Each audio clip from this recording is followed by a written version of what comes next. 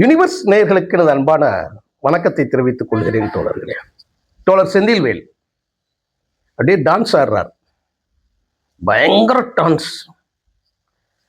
காந்தாரா படம் அது வாட்டிக்கு சும்மா அது வந்துச்சு, அது வாட்டிக்கு போச்சு, நல்லா ஓடுது அப்படின்னு சொல்லி எல்லாரும் நினச்சிக்கிட்டு இருந்தாங்க. எனக்கு அப்போ என்னுடைய ஆர்வியர் தம்பி ஒரு ஷூட்டிங் இயக்குனர் பாரதி ராஜாவை வச்சு ஒரு ஷூட்டிங் எடுத்துக்கிட்டு இருக்கிறாரு. என்னை கூப்பிட்டுருந்தார். கூப்பிட்டுக்கிட்டு இருக்கும்போது அதில் தோழர் முருகானந்தம்ங்கிறது ஆடுகளம் படத்தில் நடிச்சிருப்பார்.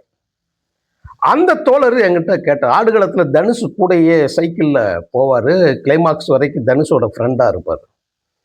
அந்த தோழரும் நானும் அப்படியே வாகனத்தில் உட்காந்துட்டு அந்த கிராமத்தில் 2 பேரும் உட்காந்து பேசிக்கிட்டு இருக்கும்போது அவர் என்கிட்ட கேட்டார், மதியண்ணே நீங்கள் காந்தாரா பார்த்துட்டீங்களான்னு கேட்டார். இல்லைண்ணே போகணும், போட்டிருக்கு, ஏதோ கன்னட படமாவேன் அப்படின்னு. அண்ணே பயங்கரமாக இருக்கு, அதுவும் அந்த கிளைமாக்ஸ் எல்லாம் டான்ஸு பார்த்தீங்கன்னா அது ஒரு மாதிரியா இருக்குண்ணே. டான்ஸா? இல்லை, இந்த நம்ம ஊரில் சாமி ஆடுவாங்கல்லண்ணே அது மாதிரி இருந்ததுண்ணே, ரொம்ப வித்தியாசமாக இருக்குது, பாருங்க நல்லா இருக்குன்னு சொன்னார்.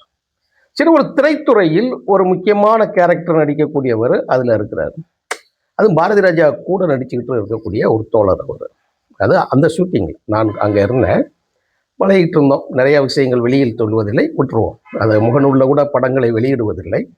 சரி, அப்போ போனோம். அப்போ சொன்ன உடனே காந்தாரா படத்துக்கு வந்து பார்த்தேன். நல்லா அப்படியே ஆடிக்கிட்டு சந்தோஷமாக போய்கிட்டு இருக்கக்கூடிய திரை கடைசி காட்சிகளில் பார்த்தீங்கன்னா ஊவா ஊவான்னு பயங்கர டான்ஸ் ஆடி இது கத்தி கதறி பார்த்தீங்கன்னா தேட்டரே ரணகலப்பட்டு போச்சு. வெளியில் வாரவங்க அத்தனை பேரும் ஒரு கலவரத்தோட வருகிறவங்க மாதிரி ஆகிப்போச்சு. அது மாதிரி தான் இங்கே திமுகவில் இப்போ என்ன ஆகிப்போச்சு அப்படின்னா, 5 வருஷம் டான்ஸ் ஆடிக்கிட்டு இருந்தாங்க. அவர் அப்படியே சப்பரத்தில் தேர் வரும் இல்லையா, அங்கிட்டு வந்து அப்படியே நசுங்க அப்படியே போய்கிட்டு இருக்கோம், எல்லாம் ஆடிக்கிட்டு இருப்பாங்க. அது மாதிரி ஸ்டாலின் அப்படியே தேரில் அப்படியே வந்துக்கிட்டு இருப்பார். அந்த தேரில் இருக்கக்கூடிய முன்னாடி வரக்கூடிய யானைகள் இருக்கும் பாருங்க, ஒரு யானை வந்துச்சுன்னா அது மதம் முடிச்சு போய் இருந்துச்சு அப்படின்னா 4 பேர் நசுக்கி குந்தானியை தள்ளிட்டு வெளியே போயிடும். தமிழ்நாட்டுக்குள்ள அப்படித்தான் நடந்து கொண்டிருந்தது. அப்ப இந்த மாதிரி பஞ்சப்படி புலவர்கள்லாம் இருக்காங்க இல்லையா, அதிமுக ஆட்சியில பிஜேபி அது வந்து கொஞ்சம் கொடுமையா அதை ஆக்குபைட் பண்ணணும் அப்படிங்கிற நேரத்துல இந்த பஞ்சப்படி புலவர்களை எல்லாம் செந்தில்வேலை போல சில தோழர் எல்லாருமே நீங்க வச்சுக்கோங்க, நான் பெயர் சொல்லி அவர்களை காயப்படுத்த விரும்பல. ஏன்னா செந்தில்வேல் என்கின்றவன் திமுகவோட கொள்கை வரவு செயலாளர் போட நாஞ்சில் சம்பத்துக்கு என்ன மதிப்போ அதுதான் உனக்கு. பெரிய வரலாறு கிழிச்சு பக்கங்கள்லாம் கிழிச்சுக்கிட்டு வச்சுக்கிட்டு இருக்கு. நாங்கள் என்ன கிழிச்சுக்கிட்டு அவன் கிழிக்காமல இருக்கோம். நாங்களும் ஒரு நாளைக்கு 8 பேப்பர், தமிழ்நாட்டில் வரக்கூடிய அத்தனை பேப்பரும் வார இதழ்களும் தொலைக்காட்சிகளில் நடக்கிறதும் அன்றாட செய்திகளையும் பார்த்து கொண்டுதான் இருக்கிறோம். என்னமோ நீ தான் பார்த்துக்கிட்டு அப்படியே அங்கே அப்படி நடக்க இப்படி இதுகளில் நடக்க கூட்டணி கட்சிகள்லாம் திமுக ஏன் போகுது? எத்தனை தடவை சொல்றதுக்கு ஏன் போகுது? விடுதலை சிறுத்தைகள் கட்சி தலைவர் போகும்போது வராத கோபம், கம்யூனிஸ்டுகள் ஆதரவு கடிதம் கொடுக்கும் போது வராத கோபம், ஐஎம்யூஎல் தோழர் முதல்ல எங்ககிட்ட ஏன் கூட்டணி கேட்குறீங்க, நீங்க போய் ஸ்டாலின்ல கேட்கணும் அப்படின்னு சொன்ன தோழர் இன்னொரு மந்திரி பதவி கேட்கலாமா அப்படின்னு நாங்கள் ஆலோசித்து கொண்டிருக்கிறோம். வராத கோபம். ஏண்டா மறுமலர்ச்சி திமுகவின் பொதுச் செயலாளர் தலைவர் வைகோ போகும்போது மட்டும் உங்களுக்கு வருது அப்படின்னா எரிச்சல் யார் பக்கம்? ஏன் அங்க அப்படி ஆயிடுச்சு, இங்க இப்படி ஆயிடுச்சு, இதுகள்ல போயிடுச்சு? ஏனெனில் வைகோ என்கின்ற பிம்பம் என்ன இருக்கு தெரியுமா? நான் முதல்ல சொன்னேன் இல்லையா, பட்டத்து இளவரசனை போல. அவர் எந்த சைடு இருக்கிறாரோ அந்த சைடு ஒட்டுமொத்த ஒரு கிளாமர் இருக்கும். அந்த அணிக்கே ஒரு கம்பீரம் இருக்கும். நீங்க என்னென்ன செஞ்சு ஓட்டுட்டு போன உடனே இவங்க வந்து வைகோ அவர்கள் போய்விட்டார்கள், அதுகளில் போயிட்டா மற்ற எல்லாரும் போகும்போது நாங்கள் அவங்க போகக்கூடாதா? அவர்கள் கட்சி அவங்க பார்க்கக்கூடாதா? கூட்டணி உடன்பாடு தானே வச்ச, உன்னை வச்சு தானே அத்தனை பேரும் ஜெயிச்சாங்கன்னு நீ சொல்லிக்கிட்டு இருந்த. அப்புறம் என்ன இதுக்கு நீ வந்து மற்ற கட்சிகளை நீங்க ஏன்டா பேசிக்கிட்டு இருக்கீங்க? கூப்பிடுங்க, எல்லாம் உதயசூரியன் சின்னத்தில் நிற்க அந்த நொட்டிக்கு தான் எல்லாமே போறாங்க. உதயசூரியன் சின்னத்தை நீ யாரா நிற்க வைக்கிறதுக்கு?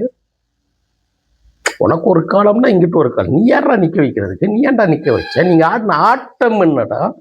கேட்டா ஜெயிக்கிறதுக்கு வாய்ப்பு இருக்குதா, செலவழிக்கிறதுக்கு காசு இருக்குதா? அட பரதேசிகளே, நீ ஊடகத்திலிருந்து வெளிவந்து நீ தனியாக ஒரு சேனல் நடத்தி கொண்டு போய்விட்டு அதுல வந்து நீ தனியா எந்த இடத்தில் உனக்கு அலுவலகம், உனக்கு கார், நீ பெரிய தொகை சொல்ல விரும்பவில்லை, அது நாஞ்சில் சம்பத்தை வெளிப்படையாக வெளியே பேசியிருக்கிறார்.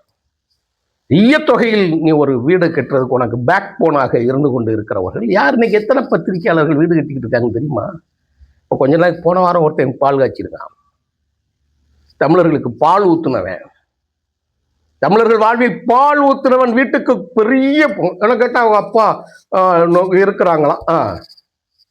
நீங்க பிறகு என்ன உழைக்கிறீங்களா, பிழைப்புக்கு பேசுகிறீர்களா என்று கேட்கிற கேள்வி தானடா நாங்க கேட்போம். நீங்க ஸ்டாலின் ஏன் தோத்தாப்புல போய் கேளுங்க, உட்கார வச்சுங்க, வாங்கங்க, வாங்க ஸ்டாலின் வாங்க.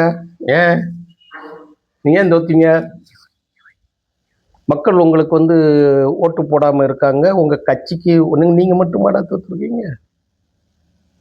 பொதுச் செயலாளர் வாயை இம்புட்டுக்கு வச்சுக்கிட்டு இவ்வளவு தூரத்துக்கு வச்சுக்கிட்டு பலாப்பட்டி இருக்கும் இல்லையா, எங்க ஊர்ல இந்த சீனி மிட்டாய் இதெல்லாம் அந்த காலத்துல கொடுப்பாங்க. அது எப்படி திரும்பினாலும் அப்படியே பிதுங்க. இந்த மாவு இருக்கு பாருங்க, மாவுளக்கு மாவு பனை, மைதா மாவு பனையும் போது அது எங்கிட்டு வேணாலும் டிசைன் ஆகும். அப்படி ஒரு பலாப்பட்டி வாயவன் துறமுறையன் ஈன்னு இழிச்சான்னு வைங்களேன், இங்க ராஜபாளையத்துன்னு ஸ்டீல் ஊத்துருங்கிட்டு புளியங்குடி வரைக்கும் போவோம்.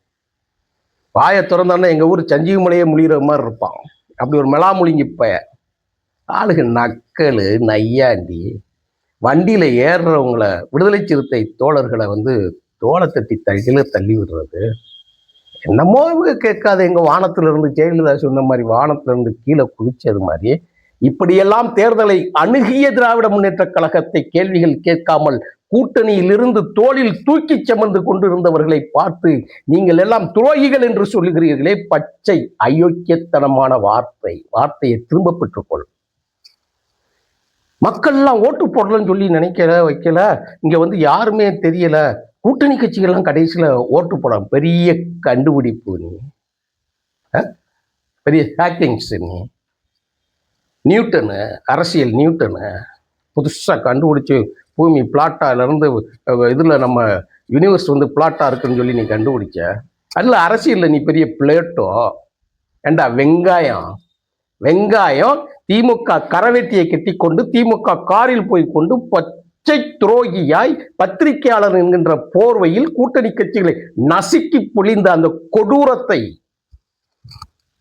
நவீன பாசிசத்தை, ஜனநாயக பாசிசத்தை ஆதரித்த கொடூரங்களில் நீங்கள் ஒருவர்கள். இன்னைக்கு அத்தனை பேரும் திராவிட முன்னேற்ற கழகத்தின் கூட்டணியில் இருந்து 10 ஆண்டுகள் பல்லக்கில் தூக்கியவர்கள் நீங்கள் காலை இடறுகிறீர்கள் என்று சொன்னால் வலிக்கு நேற்று வரைக்கும் தின்னது இல்லையா, அது இல்லை. ஏன் இப்ப வேற யாரும் வரக்கூடாதா? வேற யாரும் கூட்டணி சேரக்கூடாதா? அதிமுகவில் போனால் என்ன தப்பு? தூங்குங்க, என்ன தப்பு? சிபிஎம் இல்ல, காங்கிரஸ் அது கூட சேரலாம், எங்கிட்டு போய் சேரலாம். இன்னைக்கு என்ன நடந்தது தெரியுமா? ராகுல் காந்திக்கு வாழ்த்து சொல்றார் முதலமைச்சர் ஸ்டாலின். ராகுல் காந்திக்கு பிறந்தநாள் வாழ்த்தான். உடனே அவங்க என்ன ராகுல் காந்திக்கு பிறந்த நாள், உங்களுடைய சொந்தமும் வேண்டாம், பந்தமும் வேண்டாம், உன் உறவு வேண்டாம் அப்படின்னு சொல்லி வெளியில வந்து உனக்கு நன்றி கூட சொல்லாமல் போன காங்கிரஸுக்கு நீ உறவு சொல்ல. இதே கூட்டணி கட்சிகள் யாராவது சொல்லியிருந்தால், வைகோ அவர்கள் சொல்லியிருந்தால் என்ன சொல்லியிருப்ப? நீ சோஃபா போகும், பின்னாடியே விஜய் போகும். உன் வீட்டுக்கு விஜய் எதுக்கு வந்தாருன்னு கேட்டியா? எத்தனை வீட்டுக்கு அப்படி நீங்க சோஃபா கொடுத்து நீங்க வந்து ஆளுங்களுக்கு போய் கூட்டணி போட்டு கொடுத்துருந்தீங்களா? நீங்க எத்தனை வீட்டுக்குடா? யாருக்கு நீங்க கூட்டணி மாத்தின் வீட்டுக்கு வேணா சோபா அனுப்பியிருக்கோம். கலிய சொன்னாரு 500 கோடி சொன்னாப்புல கொடுத்துட்டு எங்களை ஏமாத்திட்டாங்க. தெரிஞ்சு 500 கோடி. எப்படி வேணாலும் நீங்க இதை எடுத்துக்கோங்க, தெரியாம வித்துக்கோங்கன்னு சொன்னா மாத்தி நிறுத்தி உள்ள போடுங்க, கம்ப்ளைண்ட் கொடுங்க போலீஸ்ல. கூட்டணி கட்சிகள் துரோகம் என்று சொல்லுகிறாய், நரம்பில்லாத நாய்க்கில். இப்படித்தானடா நீங்கள் அத்தனை கட்சிகளையும் காலை இடர்கிற வேலைகளை நீங்கள் செய்ததுனால தான் அரசியலில் யாரும் ஆதரிக்காத ஒரு புறக்கணிக்கப்பட்ட ஒரு கட்சியாக திமுக அந்த காலத்தில் இருந்து, கருணாநிதியின் திமுக, நான் சொல்றது அண்ணா அவர்கள் உருவாக்கிய திமுக, பேரறிஞர் பெருமகன் சிதைச்சிட்டீங்களடா. யாரை பார்த்தாலும் உட்காந்துக்கிட்டு பேசுற செந்தில்வேல் பேசுறாங்க. கூட்டணி கட்சிகளின் துரோகத்தால் தோற்றோம். இப்ப நீங்க எல்லாம் என்ன வாயில நல்லா வர இவர் சொன்ன மாதிரி தான், விஜய் சொன்ன மாதிரி தான் வரும் நல்லா வரும்டா. மக்களை எல்லாம் குறை சொல்லிவிட்டு கடைசியில் வந்து கட்சிகளை குறை சொல்லிவிட்டு இப்ப தலைவர்களோட சந்திப்பை நீ குறை சொல்றீ. ஆட்சியில் நடந்ததெல்லாம் பேசுன ஏகப்பட்ட செய்திகள் இருக்கு, பேசுறதுக்கு அவ்வளவு செய்திகள் இருக்கு. உங்களுடைய இயலாமையில் மக்களை நீங்கள் எள்ளிய நகையாடியதன் விளைவில் மந்தை மாடுகளை போய் ஒரு இடத்தில் கூட்டத்தில் தள்ளுவதை போல் தள்ளிவிட்டு அவர்களிடம் ஏதோ பணம் கொடுத்தால் ஓட்டு போட்டு விடலாம், ஓட்டு போட்டு விடுவார்கள் என்ற நம்பிக்கையில் பி கேர்ஃபுல். அவ்வளவுதான். எனக்கு ஒரு நம்பிக்கை வந்தது, ஜனநாயகத்துக்கு உயிர் இருக்கிறதுங்கிற நம்பிக்கை வந்தது. எப்பொழுதெல்லாம் அநியாயம் தலை தூக்குகிறதோ அப்பொழுது கிருஷ்ண பரமாத்மா வந்து மீட்டெடுத்து செல்வான் என்று சொன்ன மாதிரியே ஒரு ஜோசப் விஜய் ஆதரவு பெரிய அளவில் கூட்டணி கட்சியோட ஆதரவு தான். ஆனால் இதுவரைக்கும் 2 தளங்களில் இருந்தது, இப்போ 3வது தளங்களில் வந்தது. இப்போ அடுத்த விக்கெட் யாரு? திமுகவா அண்ணா திமுக? அது இல்லை, போகிறது வைக்கணும். நீங்கள் ஒரு கம்பெனி தான் நடத்துறீங்க, கட்சியாக நடத்துறீங்க. ஐயோ ஐயோன்னு கொண்டு குந்தி தேவி அடிவயிற்றில் அடித்துக் கொண்டு அழுதாள் என்கின்ற காட்சி மாதிரி இவனுங்கள்ல கத்துறானுங்க. ஒரு தலைவர்களை போய் ஒரு கூட்டின் தலைமையில முதலமைச்சரை போய் பார்க்கணும், உங்களுக்கு ஏன்டா வாந்தி வருது? ஒவ்வாமா வருது. நீ ஒரு தொலைக்காட்சியில உட்கார்ந்து இருந்துகிட்டு அந்த கட்சிக்கு அந்த தொலைக்காட்சிக்கு நீங்க பண்ணிட்டு என்னென்னலாம் பேசுனீங்க. பேசுமா செந்தில்வேல்? அரசியலை அரசியலா மட்டும் பாருங்கள்.